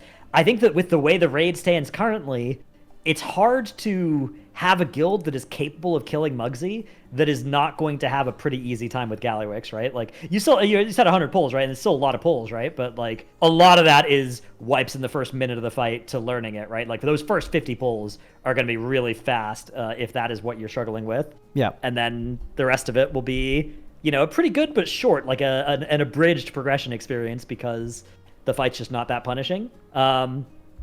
So I'm reminded of definitely fights like Sarkareth but I feel like this is even going to be a little bit less like intense than Sarkareth was, because Sarkareth you could kill pretty quick once you figured it out, but a lot of that was just like it was a really short fight, and there was a lot of spots where you could there was a minute that was easy, and then you'd never wipe to that minute, and then now you're all of a sudden you're on minute 7 of the fight, you're progressing, and the boss is just going to die pretty quick from there. Yeah. And I think Gallywix is just like, it seems like it is a very comprehensible, you know, fight to understand, to execute, and I think it would probably have been the best 6th boss of all time if they'd put it there. But, yeah, actually, that's a really good point. Well, I still think there's like a lot of things that just like weren't punishing enough, but like also like Sarkareth, right. I think Sarkareth's a really good comparison. I think if Sarkareth was as long as this boss was, like 9.5, that would have been like, I think, pretty similar. I think it's just the last phase. Like the last phase, just everything happens like 5 seconds apart. There's no like line. There's one lineup in each phase, right? It's like the soak plus the blaze dodge, which is like kind of difficult. P1, they at least try to do a couple things to you, right? Like I was just showing this lineup, which is like, I mean, this took us a decent amount of progression. It's like you're spawning the canisters. You have to bait the frontal completely away from them, and then you have to get into them in time. This is very difficult. Like this is like something you'll wipe to a decent amount. But then like the damage, I don't know, you could have 3-healed this boss. We could have optimized so much damage. Like you could have dropped so much healing. Just basically every mechanic seemed like it just could have done like 30% more damage and been a fair mythic end boss. Like it was a clear like numbers error or something. But it is like a fun boss to do. Well, I mean, it's hard to tell. We've only done it the one time, right? But I doubt people are. Also, there's another question.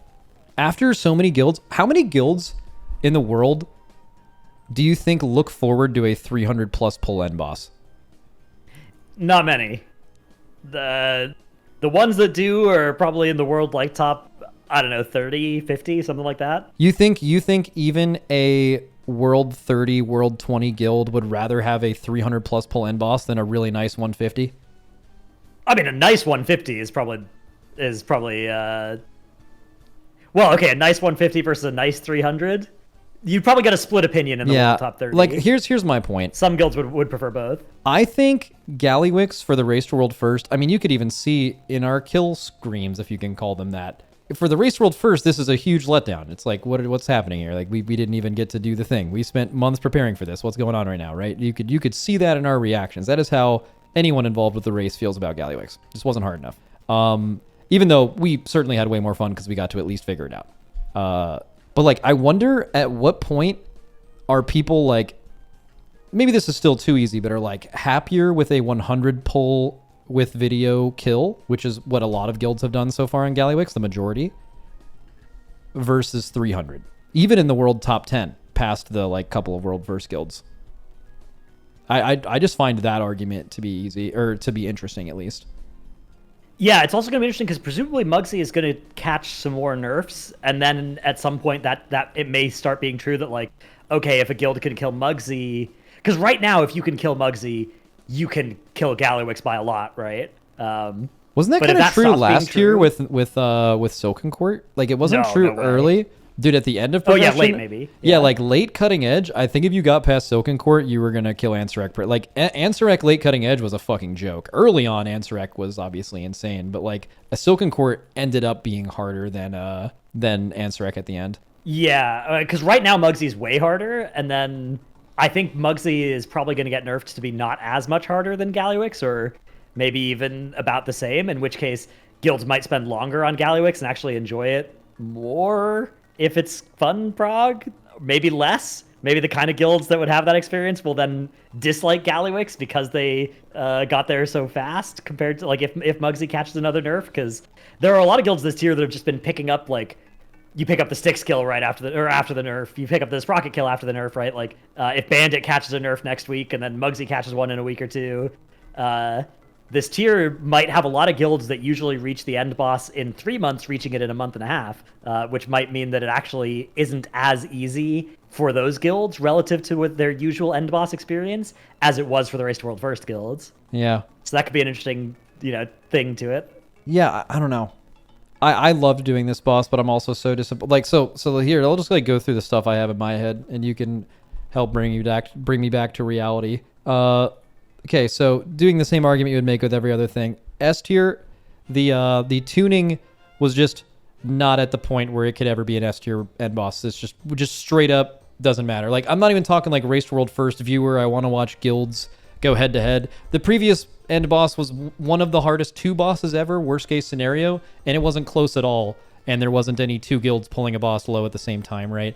So like, but the difficulty was just not there. There wasn't even watching one guild optimize and like be able to try to kill a boss, and that just matters so much. As far as doing the actual fight, I think the actual fight is pretty fun to play, and P1 is like really, really good. But I don't know, like think about it. We ranked Fyrak in S tier, 300 pull boss. We ranked Tindril in S tier, 300 pull boss. We ranked Ansurek. I don't even remember where we ranked Ansurek, but like 300 pull boss. So clearly like end bosses being 300, 400 pulls is never a negative thing, right? It's not a disqualifying thing, at least, yeah. Well, at least for us, we're doing the tier list, and we're people who rated at a top level. So, if you do a tier list of people who are like, this boss is way too hard for me at World 200 or whatever, they would probably not rank maybe some of those bosses in S tier, right? So it's possible who's doing that. But I think it has to be out of S. I think even an end boss, God, it's so weird. Like if this boss was harder, it's an S tier. But it just wasn't hard enough. So then you have to dock it points because of its difficulty. And how many points do you do that by? Yeah, I don't want to take too many points off of it because I think the most important thing is like, is this a fun boss to play, right? And whether it's 100, 200, 300 pulls, it being a fun 100, 200, or 300 is much more important than that in the scheme of things. But I agree that it can't be S. Like you can't have an S tier end boss that is easier than several of the other bosses were in the raid. Even if those end up getting nerfed to end up being now easier than it, it's still okay. Like, that's just I have a thought. Right. What about what did we rank Sarkareth? I think we gave it an A or something. Dude, I think if you're doing this boss no video, this boss and Sarkareth's difficulty are almost identical. And, I bet if you're doing this boss no video, it's way harder, right? Like, well, no. I mean, their pull count. We killed it, and I thought we played really well in 100, and I think Sark was like 113. This feels extremely similar from us to Sark.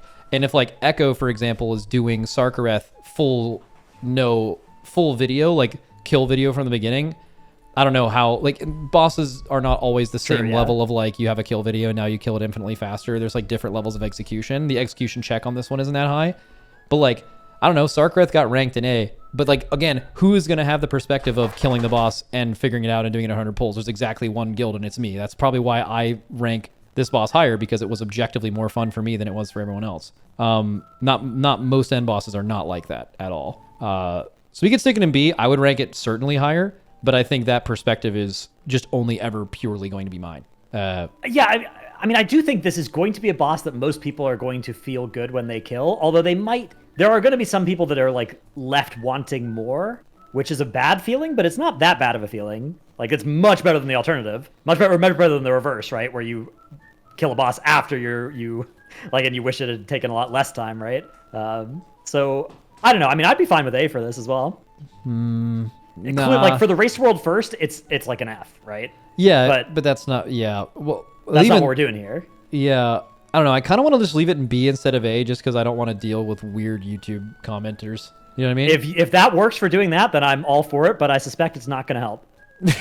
Well, maybe it's going to help, but it's not going to remove the problem. I mean, there's just going to be a decent amount of like Race to World First only fans. Don't play the game, just watch it. Specifically, Echo fans. Yeah. And they're just going to be like, "Fuck, I didn't get my no." Okay. Yeah, I mean, my inclination, I guess, I think B is appropriate. Yeah, I mean, fuck it. Let's leave it B. Does it get any extra? I was about to say, we're already, I think, giving it points for the aesthetics and everything, because that's obviously sick. Also, just one... Yeah, it's a cool, like, the design of it's cool. One other thing about this boss... A little bit, again, boss, of, like, unrealized potential. Like, the room is sick, the coils are sick, a lot of the mechanics are sick. There's ways they could have been sicker, and they don't do any of them, which is kind of sad. Dude, by far the sickest part of this boss is that it was just not in the dungeon journal. Like, just straight up. Yeah, which is cool. That's sick. But also irrelevant for almost anybody except for you. Yeah. Okay, so this...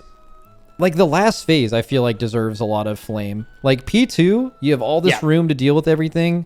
But, like, how in the last phase are these mechanics not buffed? Why doesn't he go into fucking overdrive? Why isn't the suppression, like twice as big, you know? Like, if you have... this much room, this much is cut off.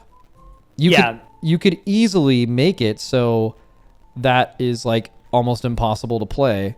I mean, fundamentally, P3 is just P2 with half the space. But that's not hard enough. But the fact that you have practiced the phase is worth more than losing the space, which means the mechanics just aren't as... Like, they're not as space constraining as they needed to be for that to be enough. So here's how big the suppression is, I think, literally. Like, this is how big suppression's circle is. This is so easy, right? You can just repeat the same positioning. What if the boss goes into, like, super crazy mode where now all of the mechanics are harder? Okay, suppression's this big, so now you don't even tank him in the same spot. You want to, like, tank him here so you have more space to play the rest of the phase. What if he adds a third soak in this phase? What if the soaks are wider? What if he... you know, the frontal, there's like 2 frontals, or it's much wider and actually requires you to bait it. You could have even had like P2 be kind of easy, like a learner phase almost, kind of similar to Sark P2. And then the last phase is like you have less room and it's crazy. Because then like the damage check becomes less of a thing. It's like, can you even possibly do this? So I think I think P1 was actually a pretty good mythic phase. P2 was like not great, but I think the most offensive thing they did with Gallywix was P3, because like the idea that a mythic end boss is P3 is just P2 with half the space is just simply, that has never been hard enough. You can find any boss in history that's not okay. So I don't know, weird, not a fan. I'm okay with B. Yeah. B is good. P3 is too offensive. All right, Yeah. overall raid. So, like, what raids, in your opinion, like, historically are S tier? Just, like, off the top of your head. Nighthold, Castle Nathria. I don't know, maybe that's the S tier? I would throw in Blackrock Foundry. Sure, yeah, I'm not that old. Okay, so let's just do this post Legion. How about that? Post Legion. Post Legion, sure. Okay, so S, you have Nighthold, Castle Nathria. Sorry, not post Legion. That's literally Legion. So Legion and then onwards. Okay. Any other competitors for let's just go down to A. So A, I have like Antorus. Aberrus. Ooh, interesting. I think that might be kind of controversial because of like Skarn and Neltharion. True, yeah, maybe I would probably put that a little lower, even personally. We won that raid. Amirdrasil, maybe? What do you think? Yeah, I liked Amirdrasil. Okay, Amirdrasil. We're only gonna do like probably to B tier and just like. We should do Aberrus just because it starts with an A, and then it's a good bit that we're doing here.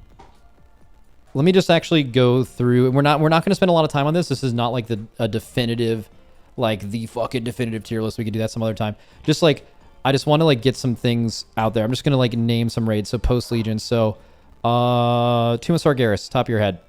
B. Okay, Antorus, we have an A. Uldir. B. Battle of Zarlor. C. Okay. Eternal Palace. D. I would agree with that. Nyalotha. A. Okay, and then we're on to Shadowlands, right? So we already ranked Castle Nathria. Sanctum of Domination. C. Maybe that should be D. Okay. I don't know. Moving it down. No choice. W. It had Painsmith and Sylvanas was a good boss in the first three. It had Kel'Thuzad and Fate Scribe. The first like 5 bosses were great, and then like the last 4 were all bad except for Sylvanas. Okay. Cool. Whatever. Sanctum. Sepulcher. If I say anything other than C or D, they'll get mad. But just speak your truth, man. Who cares? B. Okay. Sepulcher. I think that's how you spell that. Who knows? Vault of the Incarnates. C? Yeah, that's what I was gonna say. Aberrus, you put up here. Did we move Aberrus down to B? Is that what you want to do? You want to put it in A? B's fine. Somehow I muted my stream during that. Oh, it's because of the keybind for... how long was it muted? Oh, probably not very long. All right, fixed it though. All right, cool. So, looking at all this, I'll try to spread it out a little bit, make it a little bigger. Where do we think Liberation of Undermine? Now, keep in mind, we're doing this with less information. Usually you have like a more clear picture of how good a raid is many years later, usually, or certainly later in the patch, because a lot of people haven't experienced it. But Dratnos, where's your thought for Liberation of Undermine? I'm thinking A. Maybe it should be B. I think it's disqualified from S because Certainly. the last boss just... I think if Gallywix ended up being like an Astro banger, I think it actually could have ended up being S tier, but that just simply didn't happen. I think it's probably just can't be D from theme alone.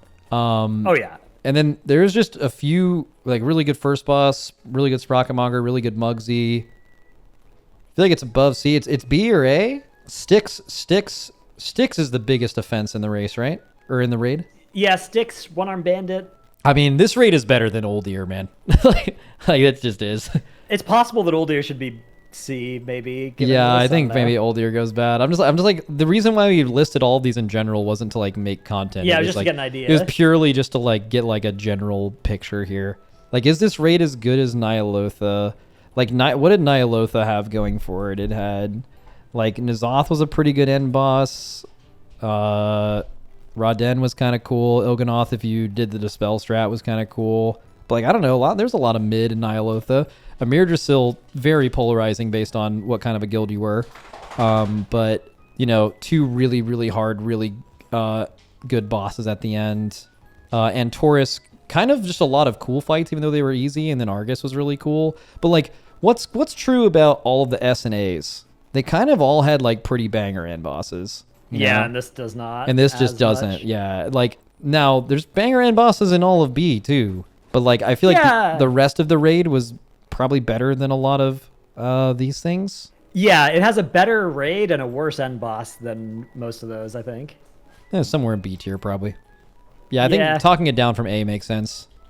Now for a racer world first, like how fun it is of a race to watch, that's not what we're ranking here. And I know for a lot of you that are typing in chat, that's actually all you care about. You don't play the game and you just watch the race. It was a terrible race, right? Like there was infinite splits. There was really no like close tense moment on any boss really for either guild or at least being there at the same time. That was also not true last raid. But last raid didn't have any splits during Mythic, right? So I think the splits it was like a very unwatchable race, but we're not ranking that. We're ranking the raid. I think I'm happy with that. Okay, cool.